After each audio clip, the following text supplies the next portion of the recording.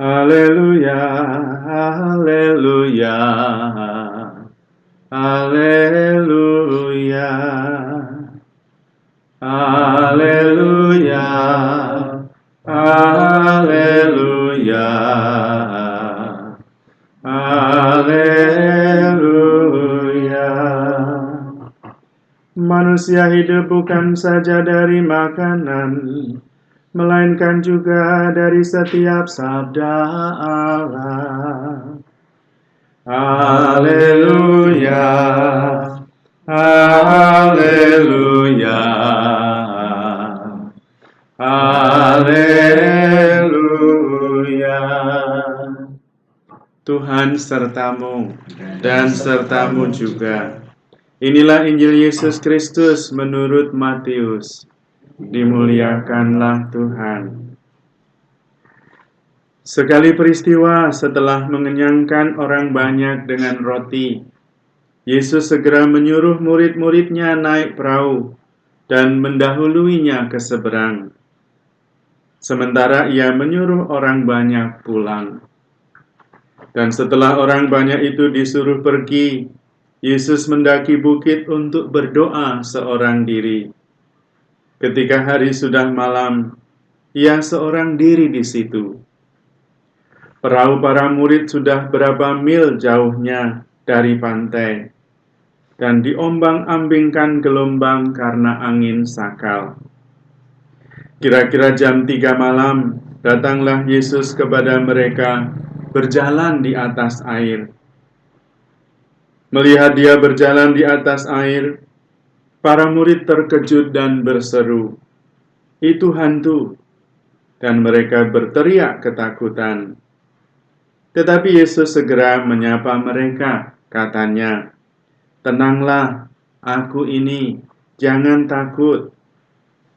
Lalu Petrus berseru, "Tuhan, jika benar Tuhan sendiri, suruhlah aku datang kepadamu dengan berjalan di atas air." Kata Yesus, "Datanglah." Maka Petrus turun dari perahu dan berjalan di atas air mendapatkan Yesus. Tetapi ketika dirasakannya tiupan angin kencang, Petrus menjadi takut dan mulai tenggelam, lalu berteriak, "Tuhan, tolonglah aku." Segera Yesus mengulurkan tangannya memegang dia dan berkata, "Orang kurang percaya, mengapa engkau bimbang?" Keduanya lalu naik ke perahu dan redalah angin. Dan mereka yang ada di perahu menyembah dia, katanya, "Sungguh, engkau anak Allah." Setibanya di seberang, mereka mendarat di Genesaret. Begitu Yesus dikenal oleh orang-orang setempat, mereka memberitahukannya ke seluruh daerah. Maka semua orang sakit dibawa kepadanya. Mereka memohon supaya diperkenankan menjamah jubah-jubahnya, dan semua orang yang menjamah dia menjadi sembuh. Demikianlah Injil Tuhan. Terpujilah Kristus. Saudara-saudari terkasih, Tuhan Yesus datang tepat pada waktunya, menolong para murid, para rasul yang ketakutan ketika perahunya diterpa gelombang. Itu adalah lambang dari kehidupan kita. Dalam kehidupan kita juga seringkali diterpa gelombang, perkara, persoalan, dan Yesus selalu datang tepat waktu. Yang paling penting adalah kita percaya kepada Tuhan. Kita meminta tolong, dan kemudian tidak gentar, tidak takut, karena Tuhan ada selalu bersama kita, dan pasti akan menolong dan tepat waktu. Bahkan permintaan Petrus yang tidak biasa pun dikabulkan. Ketika Petrus meminta untuk bisa berjalan menuju kepada Tuhan di atas air, Petrus bisa. Tetapi kemudian tenggelam ketika justru Petrus mengalihkan pandangan dari Yesus kepada dirinya sendiri.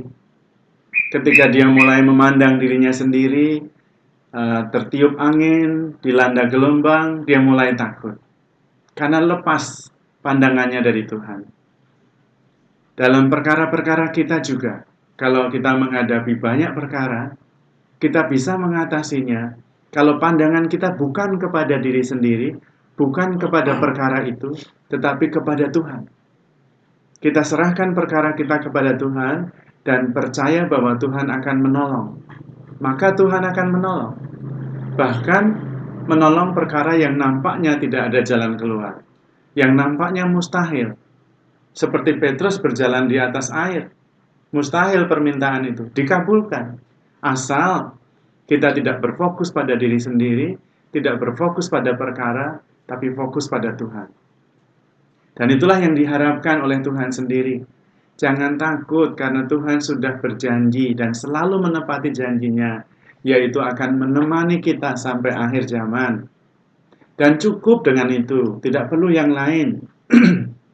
Kalau Tuhan Yesus sudah menemani kita, menemaninya juga bukan hanya duduk-duduk lalu pangku tangan. Dia menolong, dia bekerja, dia peduli. Menemani kita bukan hanya duduk bersama lalu tidak buat apa-apa atau minum kopi saja, tidak. Tetapi menemani kita supaya hidup kita penuh berkelimpahan. Yohanes bab 10 ayat 10. Aku datang supaya kalian semua mempunyai hidup dan hidup di dalam kelimpahannya. Dan kalau Tuhan menjanjikan untuk menemani kita, ya Dia datang kepada kita, tidak berpangku tangan, tetapi supaya kita hidup dalam kelimpahan. Dari pihak kita, diminta jangan takut dan percaya saja. Percaya saja. Dan karena itu, Tuhan akan mengerjakan segalanya. Yang paling penting bagi kita adalah carilah kerajaan Allah, maka semuanya akan diberikan kepadamu. Juga bagi para anggota PDKK dari Paroki Santa Maria Immaculata, cari dulu kerajaan Allah, melayani dulu dengan tulus ikhlas, kompak, rukun, saling menolong. Tidak perlu pikir yang lain-lain. Tuhan yang akan menyelesaikan segala-galanya. Karena itu saudara-saudara terkasih, mari kita mohon rahmat Tuhan, sekaligus juga mohon iman, supaya kita percaya penuh kepada Tuhan. Allah Bapa Maha Kudus, kami bersyukur atas rahmat iman yang Kau anugerahkan kepada kami, sehingga kami percaya penuh akan Engkau. Semoga Engkau makin menumbuhkan iman di dalam hati kami. Juga kasih kami kepadamu semoga semakin kokoh, sehingga hidup kami selalu berdasarkan pada kasih dan iman kepadamu. Sebab Engkaulah Tuhan dan pengantara kami.